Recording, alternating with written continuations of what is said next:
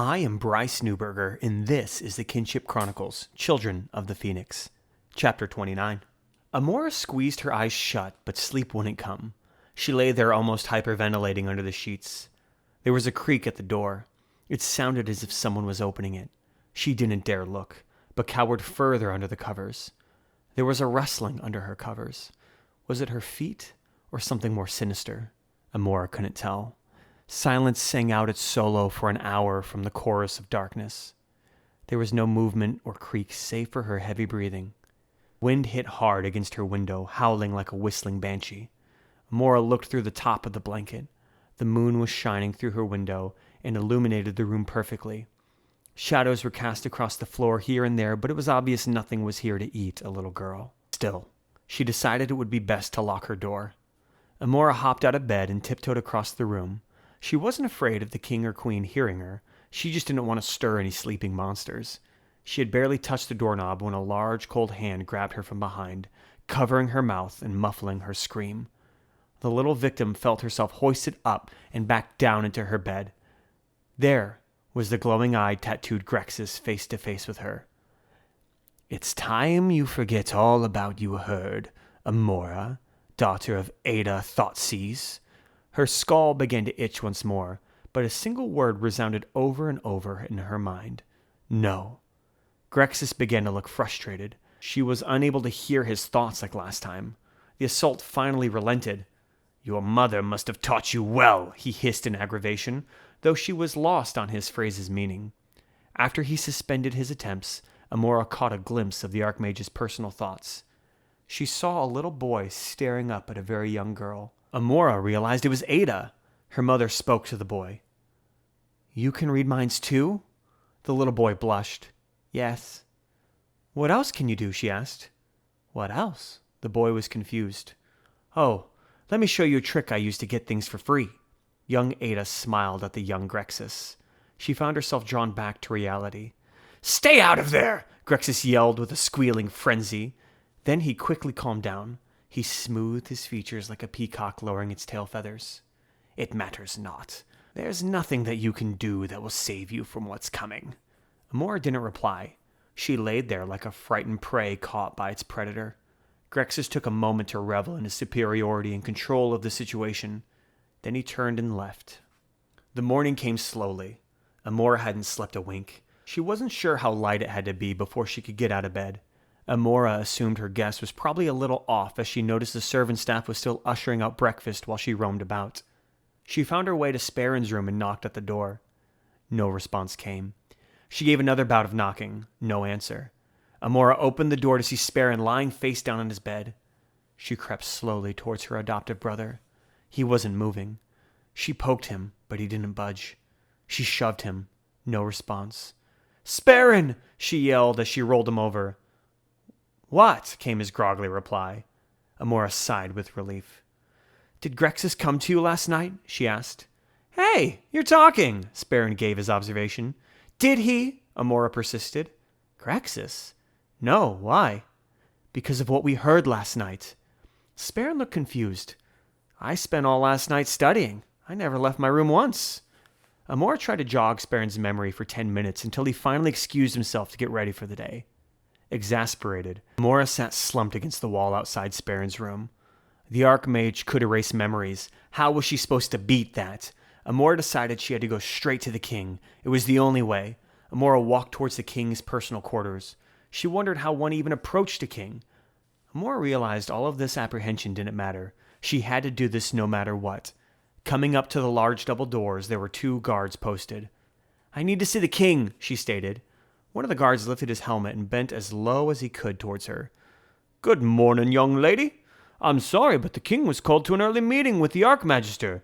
There is a large gathering in the—" "What? No!" she yelled. The kind guard gave her a quizzical look as she threw her fit. "Where?" "Excuse me? Where is the king?" Amora demanded.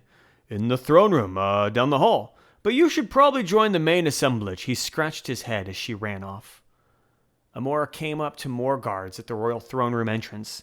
She ignored them and moved to open the door. "Whoa there, little miss," said a guard as he scooped her up. "I have to speak with the king," Amora pleaded. Sorry, miss, you can't go in there, the guard apologized as a struggle ensued. The door opened to a sentry on the inside. Sire, the orphan girl is seeking an audience with you, said the inquisitive guard. That's my daughter, corrected King Denigno pointedly, and she is welcome to see me any time. The soldier set the girl down and gave an apologetic, my princess, with a heavy bow. Amora felt different with this interaction. She felt loved, respected, and royal. As the princess entered the large throne room with its high vaulted ceiling, ornate decal, and large tapestry of a rug that spanned the entire expanse from the door, she noticed Grexis giving her a curious smile. She snubbed him and looked at the king. My king, Amora said as she gave a delicate curtsy. It is good to hear you speak, young one. Tell me, what's your name? Amora realized that the conversation was getting sidetracked from her main talking point, but she owed at least a simple answer first. Amora, sire. The king smiled and leaned towards her. Princess Amora, he corrected her. It has a nice ring to it, he commented as the king bowed to her. Amora looked at Grexis. He too decided he should bow. This was going much better than she expected. My king, this man is planning to kill you. Oh, the king gave Grexis a playfully suspicious look. This is Grexis, the Archmage and my trusted advisor. I know who he is. She eyed him darkly. And what makes you think he will betray my trust, as you say? Grexis gave a light chuckle as he and the king met eyes. Amora furrowed her brow and thought for a second. I heard him talking while Sparren and I were playing hide and seek. He was talking to a large beast man named Tufei or something. The king now looked at Grexis with a more serious tone. Tufel, he said, but you couldn't make up that description. What did you hear them say? Amora thought harder. Her face made a pouty expression. Something about emergency power to make scaries and getting you to tell everyone that you trust him and then he'd kill you. The king didn't look too playful anymore. Guards, he called out in a bit of hesitancy. Grexis gave a small yet chilling laugh. Well, that was interesting. The king drew his ceremonial sword and stepped between Grexis and Amora. What's your play, Grex? The girl came to tell you she loves you and accepts you as her father. Grexis interrupted the king as his eyes glowed intensely. The guards stopped moving as if in a trance. The king turned towards Amora. And I am delighted to hear that. He looked at his sword awkwardly. Grexis spoke again as Amora shook her head in tears. You were about to ceremonially name me first advisor to the king. The king raised his sword and walked over to the windowed balcony. Amora shouted no over and over, but no one listened. As they got closer, they could hear a clamoring coming from outside. The doors opened and they all walked onto the balcony where a large procession was gathered down below. Grexis had been busy. King Denigno looked out over the expanse. My people, he announced with great happiness. Stop, Amora shouted as she rushed at the king. Stop her, commanded Grexis as a guard restrained the princess. Grexis, come forward, the king beckoned. Amora watched helplessly as Grexis was officially announced the first advisor to the king. No matter how she screamed or how she pleaded, she was ignored. King Denigno made a further proclamation. You have all heard about the tragedy at Ridgewood. His expression sunk and he gave Amora a quick, sincere backward glance. It seemed as if his real passion was still shining through. She just shook her head repeatedly. We will not be bullied. We will not bow to this tyrant. We will go to war with the Rise Reach. For Ridgewood, for Eterna, for freedom! He raised a small burnt doll high and the audience cheered passionately. They withdrew back into the throne room. Grexis looked at Amora, who was beside herself with this impossible scenario. He gave her a sinister smile as she was carried out of the room by the guards. Thank you for listening. I'm Bryce Newberger, and this has been the Kinship Chronicles, Children of the Phoenix.